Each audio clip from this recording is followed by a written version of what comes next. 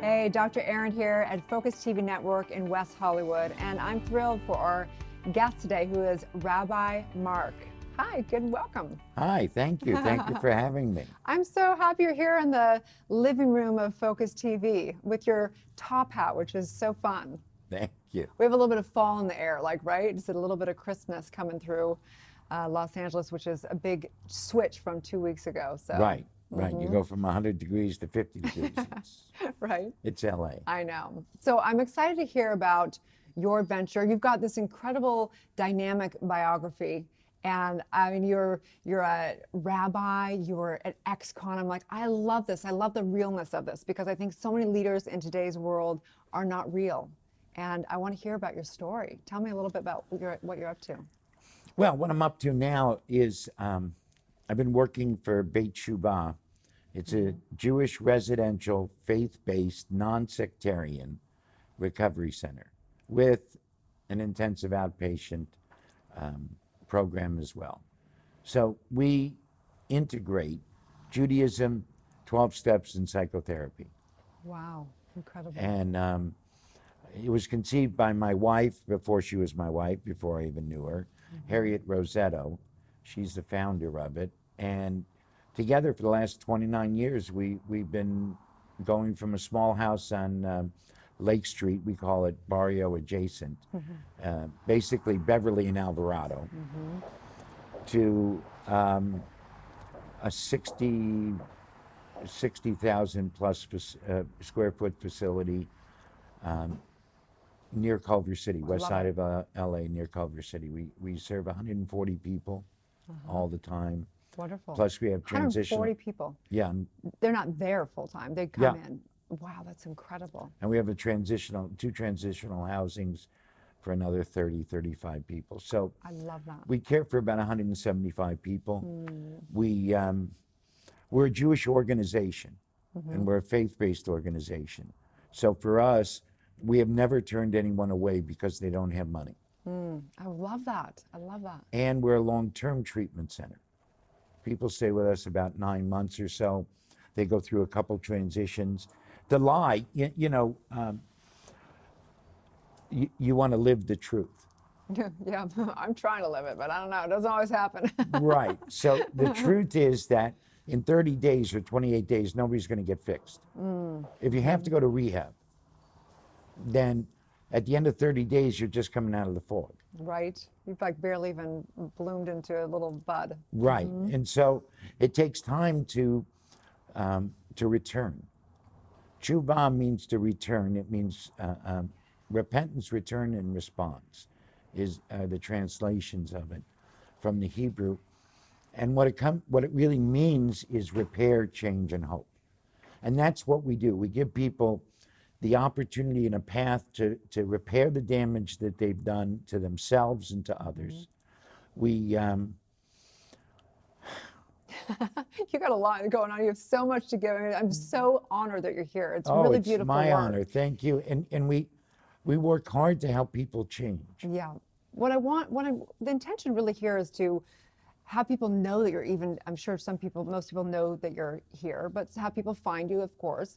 I love your personal story, and I think that people come to a center like yours because a synagogue, because they want to connect with community, but I bet probably primarily because they've heard your story or they haven't. And I want to showcase and hear a little bit more of your personal journey. Well, my journey is I grew up a nice Jewish boy in Cleveland, Ohio, and I was always half a step off. I was like 10 steps off, but yeah, half steps. My inner life was very chaotic. And I think one of the reasons is that everybody's inner life is chaotic, especially growing up, but nobody talks about it. True. And then my father had his first heart attack when I was 7, and a heart attack that killed him when I was 14. Wow, tough age. Yeah, and he was my best friend. I mean, he got me. So I made a decision that, I asked myself the wrong question. I had the right answer to the wrong question. I asked, how do I get out of this psychic pain? And the best way was booze and money. Yeah. So I started stealing and hustling with the local mafia in Cleveland and drinking. And that led to a 20-year run. Wow. Incredible. I had to move from Cleveland to Los Angeles because I couldn't get a legitimate job in Cleveland and I was getting sloppy. So I came out to LA and thought everything would change. The only problem was I brought me with me. What happens? So, Everywhere we go, there we are. Yep. right. So I got arrested the first time in LA for drunk driving, and I got an attorney and I said, how much does it cost to pay the judge off to get it busted down? And he said, you can't pay off a judge in Los Angeles. And I said, what's the matter? Isn't this America? And he looked at me, started laughing. And then I just started getting arrested. I was hustling, I was stealing, I was selling hot merchandise, I was doing check fraud and kiting of checks, and I was working legitimate jobs. Yeah. I was working at car lots and, selling used cars. Some people would say I was a thief then too, but at least it was on the payroll, you know what I mean? Right. And I started to go to jail. Even my daughter being born in 1980 couldn't keep me out of jail. I loved my daughter then, and I love my daughter now. Such an epic journey. We do have to take a break, but when we come back, what I want to do is I want to hear about what was the turning point? What was that moment in that journey that you said, enough is enough, and I'm now going to make and be the change I want to see in the world. Okay, so stay tuned, you guys, as we come back, hearing Rabbi Mark's incredible journey to becoming an incredible leader here in the Los Angeles area. We want to hear about what was that moment for him when he turned to grace. Stay tuned.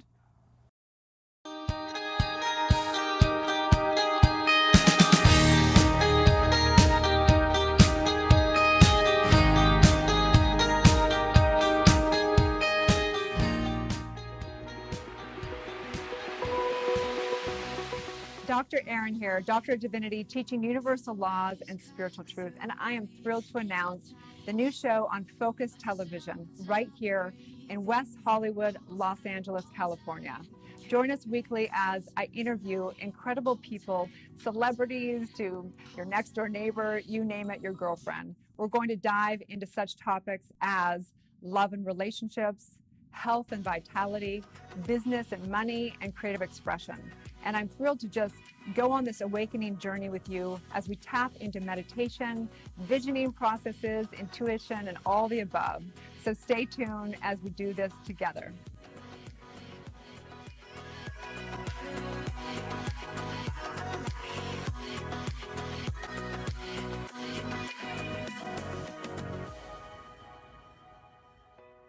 Hi there.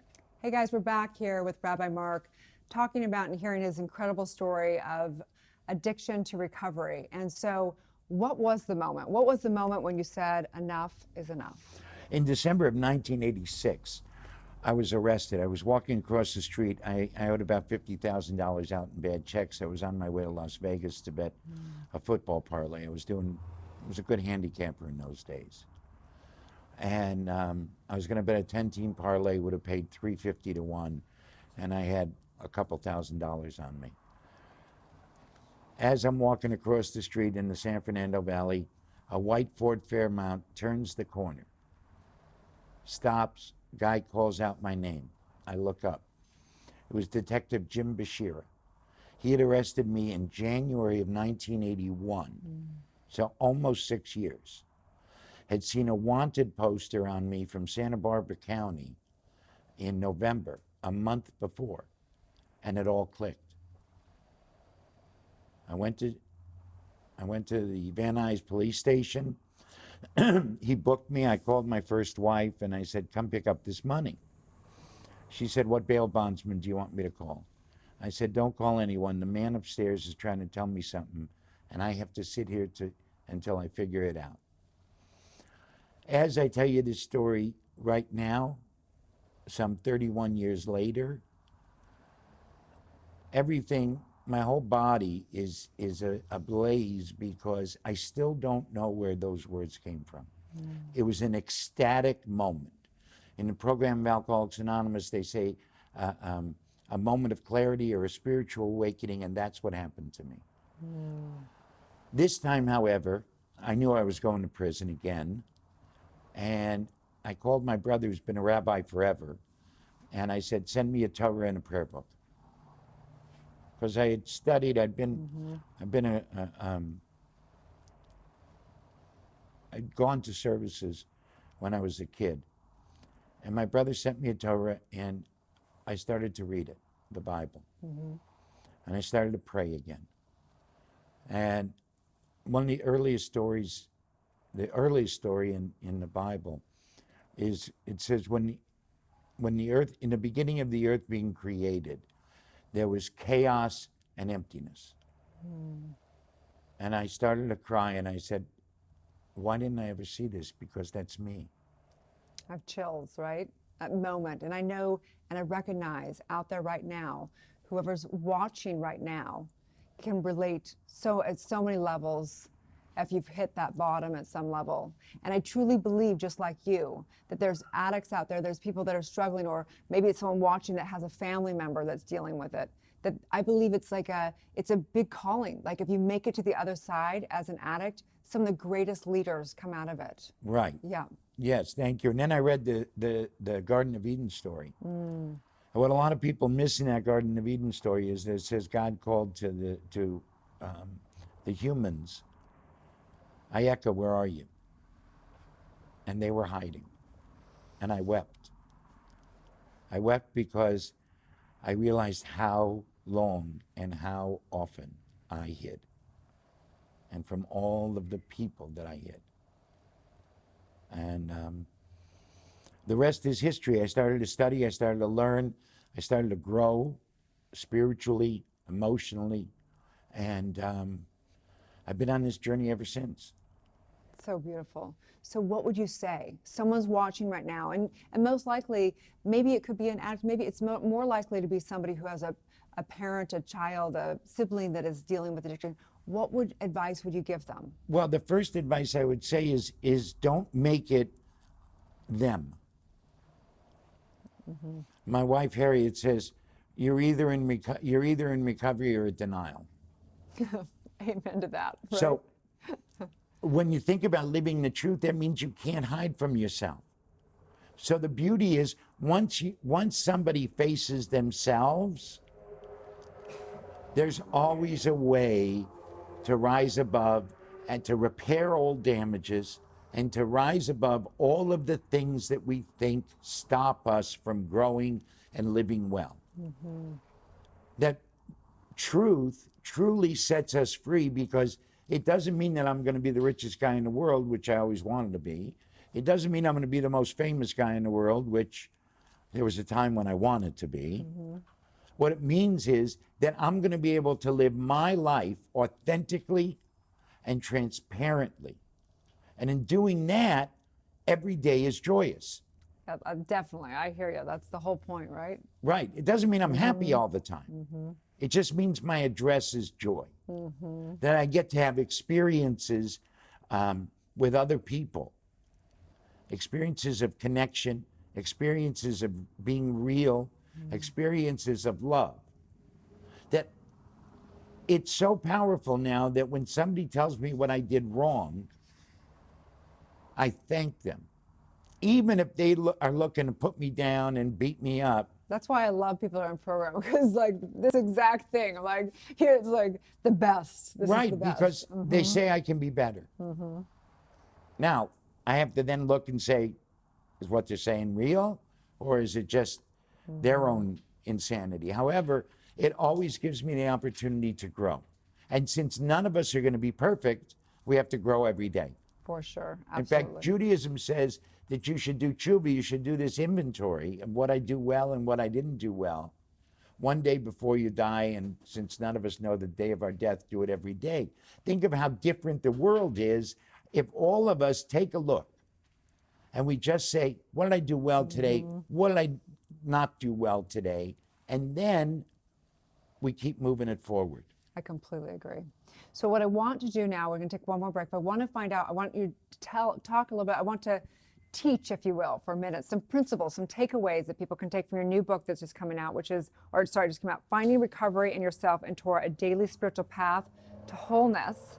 Is that correct? Yes. And so when we come back, I want you to give them some kind of takeaways they can take away today for themselves, okay? You got it. So stay tuned for some hacks and tips for to have hope for all of us, right? Stay tuned, you guys.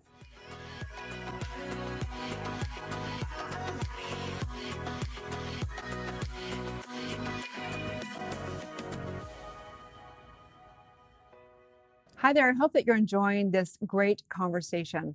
I'm here at Focus TV Network in West Hollywood, America's first streaming video talk network. And I want to hear your story. We would like to showcase your story about consciousness, awakening, and spirituality. So you can reach out to me at below. You'll see right here my email and all of our contact information. We want you. Now back to the show. Okay, we're back here with Rabbi Mark. We're talking about his book, which is Finding Recovery in Yourself in the Torah. And what I want is to give some big tips. So get out your pen and paper and let's talk about a few takeaways for people. What can they, the lesson of the day? Well, so one of the things is that all spiritual texts are the answer. Every spiritual text, the Bible, the Tibetan Book of the Living and Dead, the Big Book of Alcoholics Anonymous, and the New Testament. All of them are the answers. The problem for most of us is we have the wrong questions. So one of the things is, what's the question that this experience is the answer for? Instead of looking at every experience as the problem, it's the answer. I have to figure out the right question. So in my book, I take the first 5 books of the Bible, Genesis, Exodus, Leviticus, Numbers, and Deuteronomy. And I have, in Hebrew, they're broken up into parshiot, they're called portions. And I take every portion and I split it into 7 days. I take a verse and then I give my interpretation of it. And then I ask questions. So this week, we're talking about the death of Sarah, when Sarah died. So Abraham wails, and then he does a eulogy. But before he does that, he has to find a place to bury his wife. And in ancient times, you weren't considered a citizen unless you owned land. So he wanted to buy a place. Somebody says, no, I'll give it to you. Abraham says, no, I have to pay for it because I want it so that nobody can take it away from me. So for me, it teaches a couple of things. Where is my place? So when you think about it, right, you do this TV show. You do your counseling, you do your teaching, your coaching. That is the place that you have found for yourself. Were you to go and be a model, which you're absolutely capable of, or anything else? Just want to be my home. Right. So the first question I ask is, am I home? And if not, where is home? And then how do I keep the memory? Okay, a eulogy is not to extol, and make everybody wonderful. A eulogy is, what are the lessons? What was the impact of this person's life on me? And if somebody's impacted me, then I also have to take their lessons, their way of living, and incorporate it into my own. It's so beautiful, right? Because then you can take that story and begin to, I love that you have this interpretation of being able to take the Torah and be able to read it like this, but then take all of life like that, right? All of it it's is. all an expression, a projection of what's going on within. So it's so beautiful. Well, it's more than a projection, I think, Erin. It's more an expression. And if we have the wrong questions, we're going to screw it up. All of us have within us this spark, this divine image. All of us have within us a spirit, higher consciousness, however you want to put it. Yeah. For me, God and spirit are cool. Yeah. I have to keep tapping into that, where my spirit now has veto power over my emotions and my intellect. Because I can rationalize anything. And I can't live in a world where I promote fakeness. Mm-hmm. So finding your home, and you have found that. I Clearly, have you have found made that for sure in Culver City. Such a Yes. beautiful home. Yeah, I'm blessed. Yeah. I'm blessed. So where can people find you? Where can they find your book? Where can they find your website? They can find my book at Amazon.com. They can find Beit Teshuva at www.beitteshuvah,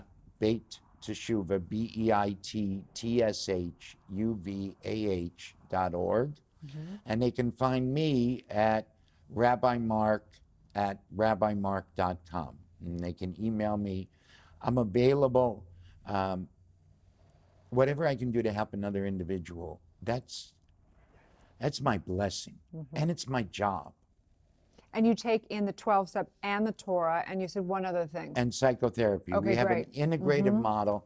Our treatment modality is everyone has a therapist, an addiction counselor, and a spiritual counselor. Wonderful. What a wonderful work you do. And you know, I love also that you see it all as divine work, other, practices and things. I think it's really wonderful. It's so beautiful. Yeah, I mean, it's all divine. It's all divine. That's right.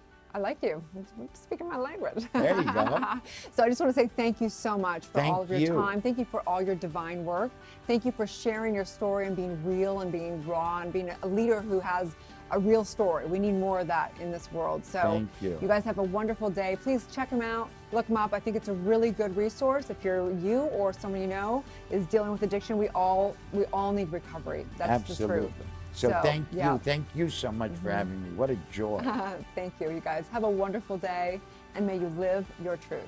Amen.